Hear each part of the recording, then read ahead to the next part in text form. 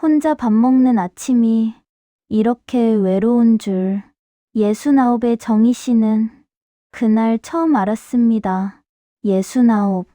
정희 씨는 매일 아침 텅 빈 식탁 앞에 앉았어요. 남편이 앉던 자리를 오늘도 조용히 바라봤죠. 7년이 지났지만 그의 목소리가 아직 들리는 듯 했어요. 정희야, 밥은 먹었어? 그 말이 떠오르면 가슴이 조용히 먹먹해졌어요.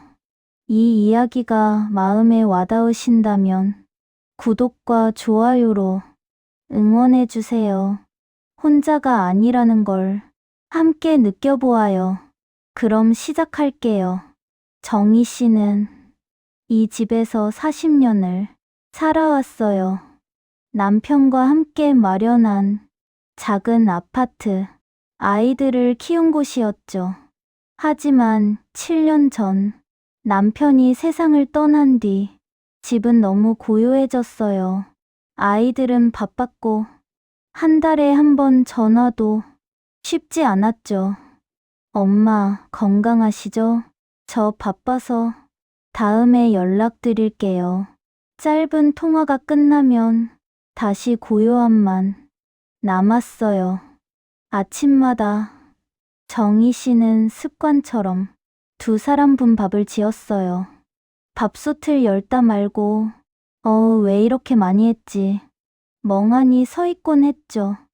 혼자 먹는 밥은 입맛도 없었어요. 창밖을 보면 손을 잡고 걷는 부부들, 그 모습이 더 아팠어요. 저녁이 되면 더 힘들었어요. TV를 켜놔도 웃음소리는 텅 비어 들렸죠. 여보, 오늘 하루는 어땠어? 말을 걸어도 대답은 없었어요.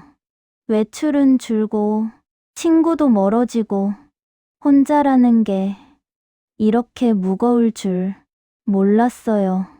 그러던 어느 가을날 정희 씨는 겨울옷을 꺼내려 옷장을 열었어요. 그날 모든 게 달라지기 시작했어요. 옷장 맨 위 칸엔 남편이 즐겨 입던 옷들이 있었어요. 정희 씨는 누런 목도리를 조심스레 꺼냈어요. 손끝으로 쓰다듬는 순간 남편의 체온이 아직 남아있는 듯 했죠. 여보, 그때 목도리 사이에서 하얀 종이 한 장이 툭 떨어졌어요. 정희 씨의 손이 떨렸어요.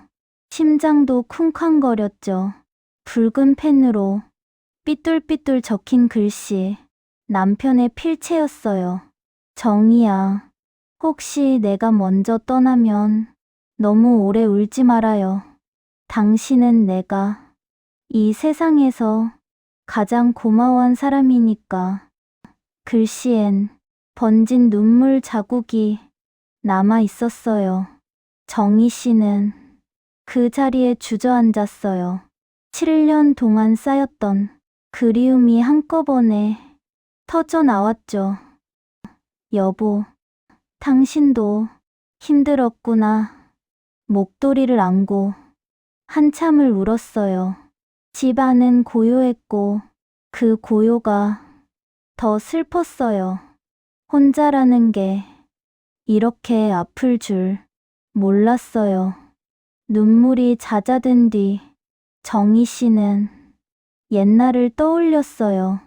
40년 전 가난했지만 행복했던 시절, 말수는 적었지만 늘 챙겨주던 남편. 정희야, 밥 먹었어?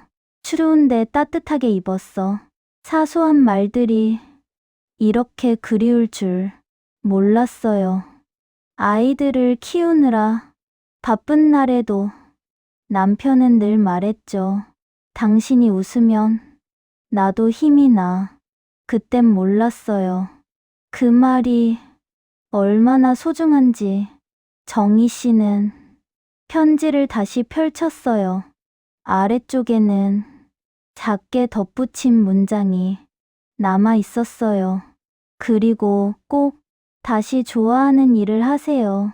당신 웃는 얼굴이 세상에서 가장 예뻤어요. 정희 씨의 가슴이 따뜻하게 뜨거워졌어요. 남편이 떠난 후 웃는 일이 거의 없었어요. 좋아하던 그림도 취미도 모두 멈췄었죠. 나는 그냥 하루하루 버텼어. 여보가 원한 건 그게 아니었구나. 정희 씨는 깨달았어요. 혼자라는 게 끝이 아니라는 걸, 다시 시작할 수 있다는 걸. 정희 씨의 마음 이해가 가요. 사랑하는 사람을 떠나보내고 혼자 살아가는 일 얼마나 무거웠을까요? 매일 아침 텅 빈 식탁을 보며 그리움을 삼키는 하루들, 전화벨이 울리길 기다리는 긴 시간들. 하지만 정희 씨, 남편의 편지가 말해주고 있어요. 당신은 혼자가 아니라는 걸, 당신은 여전히 사랑받는 사람이라는 걸. 외로움과 그리움을 느끼는 건 잘못이 아니에요. 충분히 슬퍼도 돼요. 충분히 그리워도 괜찮아요. 감정을 억누르지 말고 울고 싶을 땐 울어도 괜찮아요. 하지만 작은 한 걸음은 시작해 볼 수 있어요.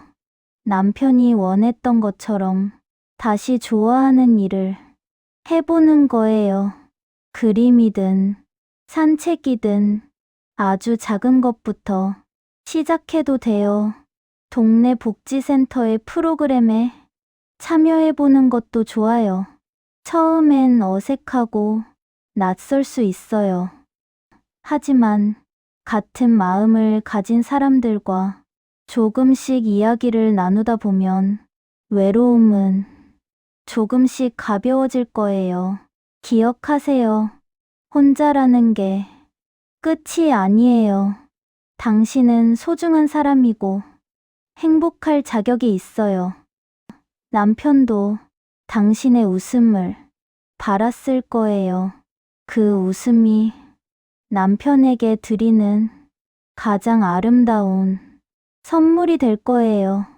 이 이야기가 도움이 되셨다면 구독과 좋아요 눌러주세요. 당신의 마음을 응원하는 이야기들 계속 가져올게요. 다음 이야기도 함께해요.